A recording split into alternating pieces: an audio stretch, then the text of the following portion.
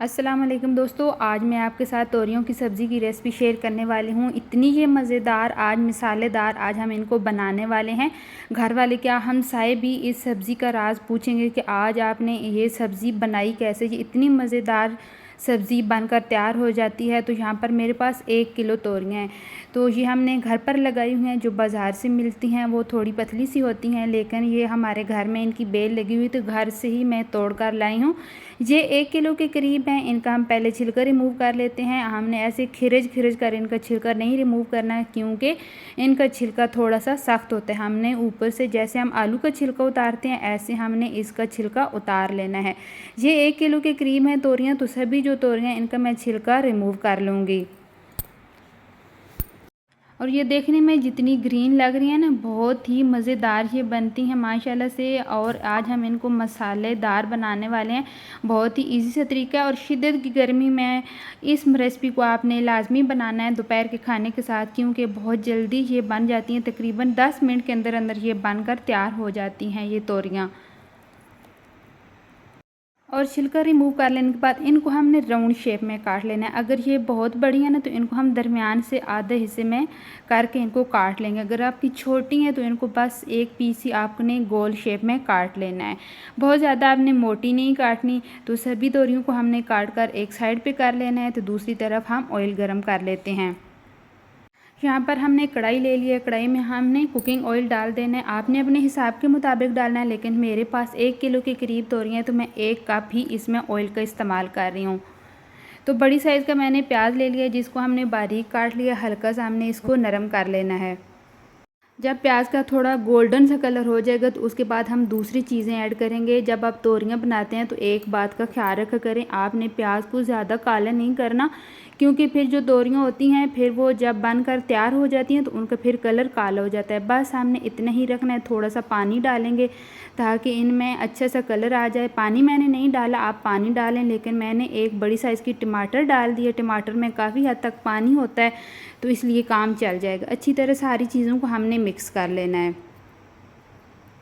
जब टमाटर अच्छी तरह मिक्स हो जाएं, थोड़े से गल जाएं, तो उसके बाद हमने मसाले ऐड कर देने हैं। तो फ्रेंड, मेरी आपसे हमेशा रिक्वेस्ट होती है, अगर मेरे चैनल पर न्यू हैं तो प्लीज़ मेरी वीडियो को लाइक, शेयर एंड सब्सक्राइब ज़रूर किया करें।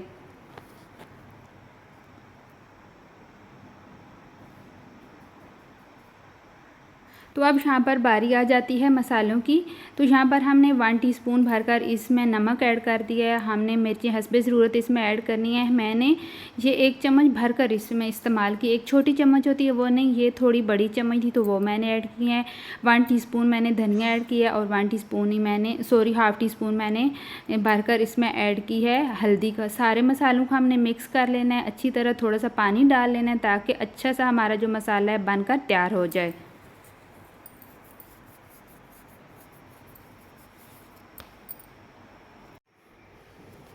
जब अच्छी तरह मसाला बनकर तैयार हो जाएगा, इसमें से थोड़ा ऑयल भी सेपरेट हो जाएगा, तो उसके बाद हमने तोरियां डाल लेनी है। ये देखें, मैंने तोरियों को काटने के बाद अच्छी तरह धो लिया था।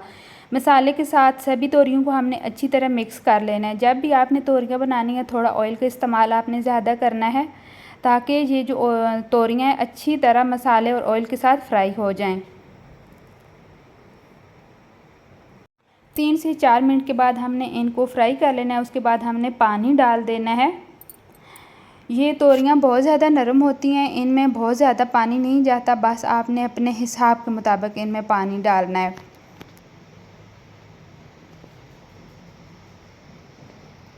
मेरे पास 1 किलो तोरियां थी, तो 1 किलो तोरियों के हिसाब से मैंने आधा जो गिलास है इनमें डाला था, और कवर करके मैंने रख दिया था। इसी दम में मैंने इनको तोरियों को पका लिया था। जब मैंने कवर उठाया था तो बहुत अच्छी तरह ये बनकर तैयार हो गई थी।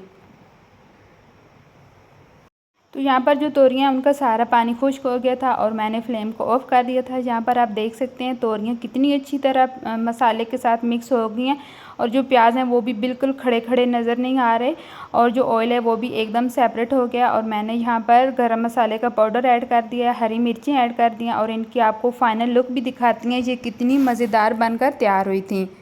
और इनका एकदम जो टेस्ट था, वो जिस तरह हम बकरे ईद पर मगज़ बनाते हैं ना, सेम उसी तरह ये बनकर तैयार हुई थी।